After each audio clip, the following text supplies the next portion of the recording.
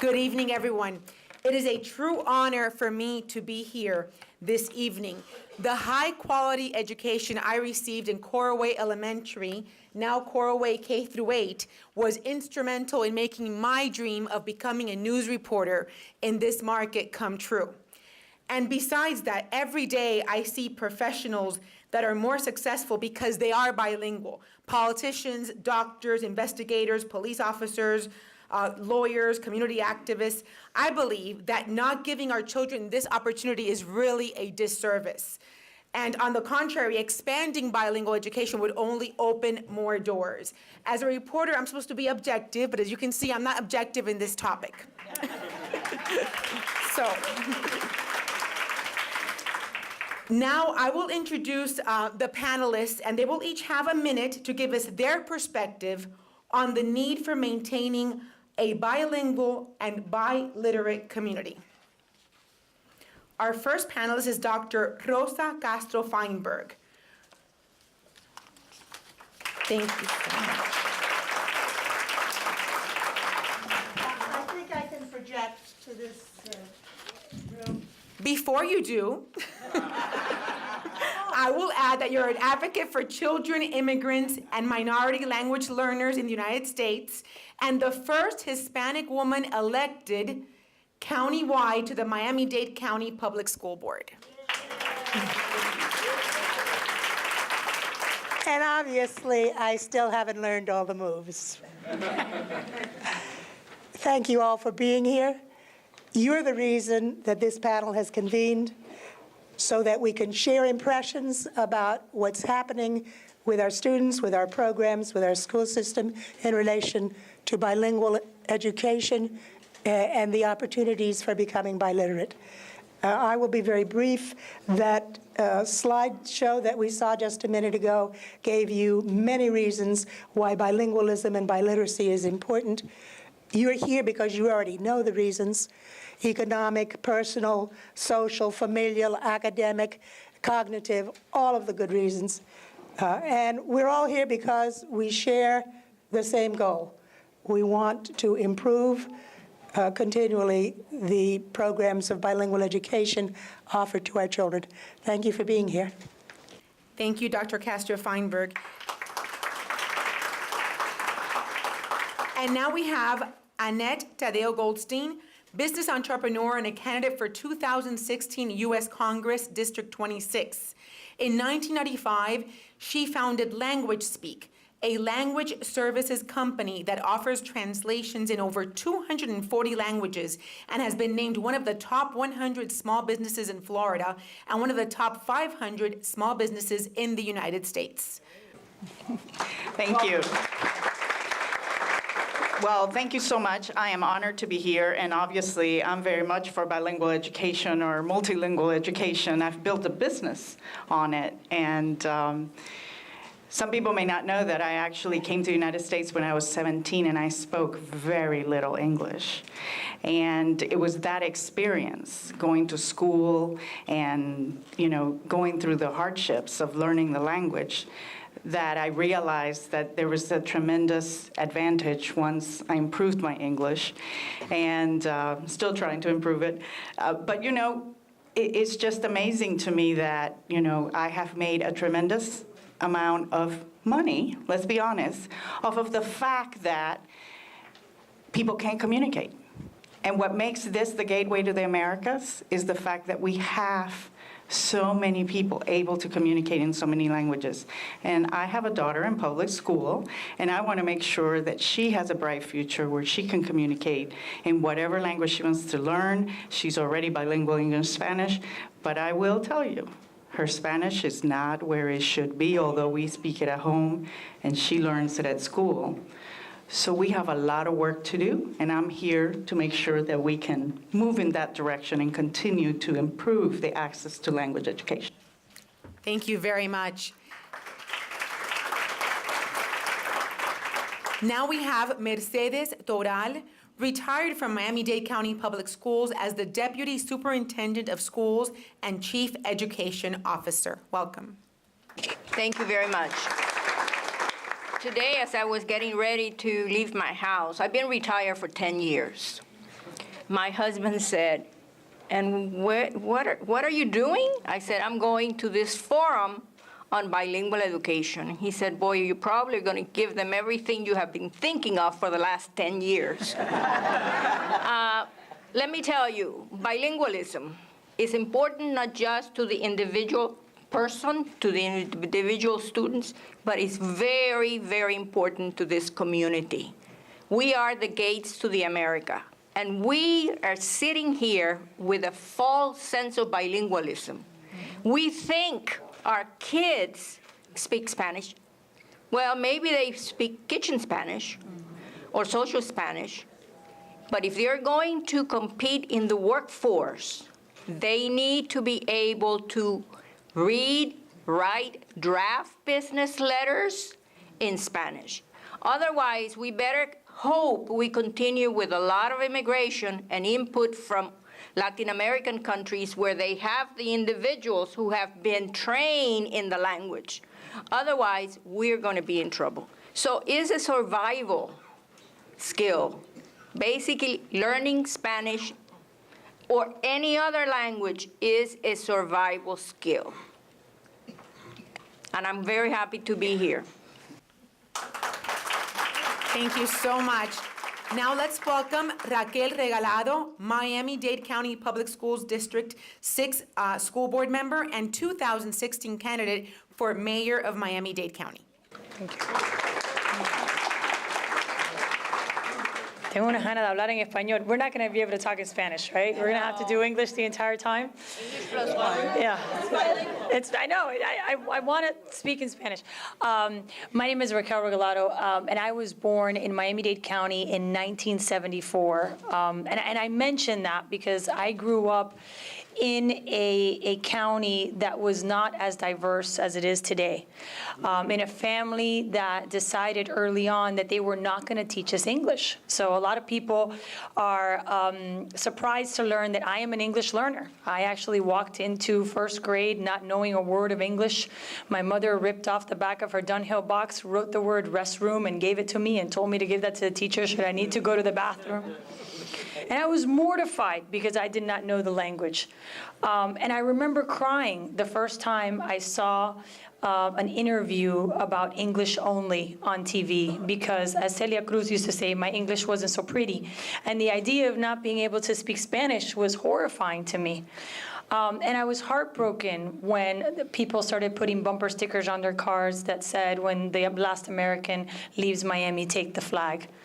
I remember that Miami. So when other panelists talk about what exactly is at stake here, I want you to remember that, because we've sort of taken diversity for granted because it's become so popular. And one of the things that I want to remind you is regarding the importance of bilingualism and biliterate. I'm so glad that we're making the distinction between being bilingual and being biliterate. I hope that we get to drill down on that for everyone. You know, as a child, I did not understand why my parents wouldn't teach me English, and it was a serious issue of contention in our house. In fact, for every word that I said in English in my house, I had to copy a page from La Real Academia, Edicional Real Academia Española, which for those of you who know how big that book is, you can understand. It really was a serious thing in my house. To speak English was a problem. And actually, my Spanish teacher is in this room somewhere, so Ingrid Robledo, wherever you are, I love you. She sent me a text a few minutes ago. But I had amazing Spanish teachers, and I had a family that really made it a priority. And I leave you with this point because I think it's so important and something that will resonate as we have this conversation about the importance of bilingual education. When I asked my mother many years later why she didn't teach me English and why she made it so difficult for me to learn English and why I had to be bullied by other children because I spoke with an accent, I had no idea, but it seems I do. She said that the beautiful thing about this country is that you got to decide what part of your culture you kept and what part of your culture you left behind. And she did not want me to be carne con puerco, you know, arroz con frijoles negro Cuban. She wanted me to be a Cuban who had an appreciation for language, for literature. So when I walked into my first grade class, when I was 6 years old, I could read and write in Spanish. And that's what they had focused on, because they wanted to ensure that I kept my bilingual and biliterate education alive and well. And it has served me tremendously when we talk about the impact that it's had on our careers. As a young attorney, I was the only biliterate one in the firm. As a media personality, I've been able to do Spanish radio every day and TV. And this is actually the most English I've spoken in a very long time. Now we welcome Toni Miranda, a product of public bilingual education, recognized expert in the field of dual language education, and a retired supervisor from Miami-Dade Public Schools Division of Bilingual Education. Welcome. And if you think I'm sitting in two places at the same time, that's my twin sister over there. We have different hair colors. I want to start by saying, in the words of Paulo Coelho, and I have taken the liberty to translate him, this. It says, there is a language in the world that we all understand. It is the language of enthusiasm, of things done with love and willpower, seeking that which is desired or that one believes in. This quote describes how I am linked to this topic of bilingual education. I am a product of dual language education in my country of birth, Cuba. When I came to the USA, I simply walked into a public school and continued my education in a language that was already familiar to me. I have spent my entire professional career in the field of bilingual and dual language education. First as a teacher, lead teacher at Coral Way, and then as in the district as a supervisor in the Division of Bilingual and Education and World Languages. I deeply believe in the right of every child to acquire a second language and to develop their heritage language, which is a vital part of their identity. Nothing else makes sense in this 21st century. Thank you. Thank you so much. Now we'll introduce to you Dr. Shirley B. Johnson, prominent civil rights leader, State Education Committee Chair, Florida Conference, NAACP, United Teachers of Dade Interim President, 2003-2004. Welcome, Dr. Johnson. Thank you so much for that introduction. And I would like for the NAACP young adults who are here to just wave your hands so that everybody can know that you are a part. Because of my civil rights days, and because of what I learned from my father and my mom, that every person in this nation, every person I saw, every person that I said something to was an individual with not in anything else but an individual that was worth being someone. In my civil rights days, I learned that everybody was somebody, and anybody can be somebody. No one did we ever put down. So my first job in Miami-Dade County Public Schools was with a bilingual school. I was a girl from Jackson, Mississippi. And then I get to see these beautiful children coming in, and I love them so much. And it was very important to me at 6th grade, I was teaching 6th grade, that every child in that school and every child I had was going to be at the top of the scale. So most of those children were Hispanic. They were just coming in. I opened up Miami Gardens Elementary, a brand new school. So we had 2 teachers. One I had that taught all of the English, and the other one taught the Spanish. And I can tell you that before long, I watched all of the children as they grew. But I also saw some things that I knew that I had to do as a teacher so that we could communicate effectively.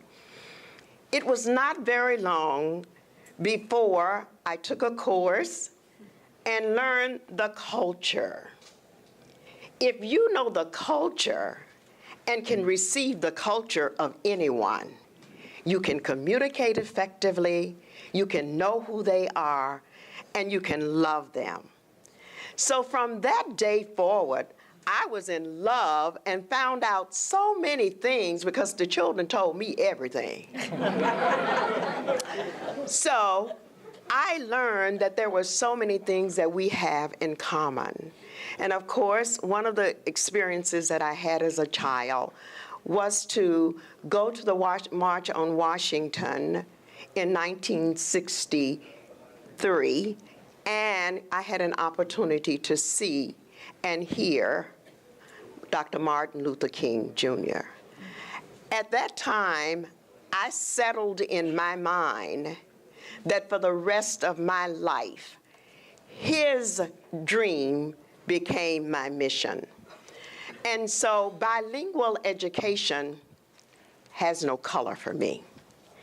When I look at bilingual education, you know there is no color. Many, many, many, many kids can say anything in a lot of language. And you have to look around because the colors are black and white, Protestant, Jews, Gentile, everything. And so when you look at that and you know, I found out by the end of the 3 school years at Miami Gardens that the students who had both languages, both the English and the Spanish, they outscored everybody in the whole entire school. Bilingual education makes a difference. I believe that every child should have the opportunity to get as many languages and speak as many as they possibly can, because it's only going to unite the country, unite the world, and all of us will be better because of it. Thank you very much.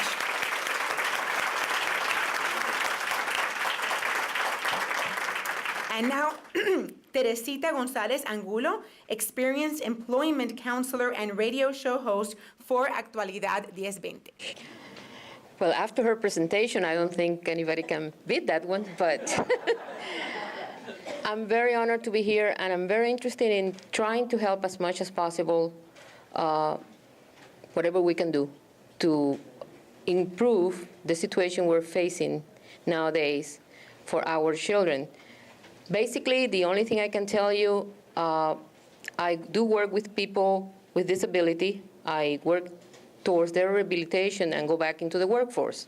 And it is amazing that those people who are not bilingual have little chances of having employment nowadays. It's not only a matter of keeping your background or your I cannot think of a word in any language, your culture, right. But basically, it's a matter of money also. You have to be realistic about it. You have to be bilingual, and not only bilingual, but that's right. And also, it's not only Spanish anymore. I do work for an agency that has an office in Miami Beach and the other one in North Miami, and I do serve Hispanics as well as Haitians. And they are very pleased when in the middle of our interviews or counseling session, they get stuck in certain ways to explain their problems, and I go ahead and tell them in French, go ahead and tell me. And even though it's not the same as Creole, but the interaction immediately changes there. So language is something that is so vital for us to be able to not only communicate, but to be able to express our empathy, towards their problems. In my case, as a supported employment counselor, that I consider this a main vital issue for us to be fighting and to do whatever is necessary to continue having a bilingual county. Or not only bilingual, but trilingual and whatever.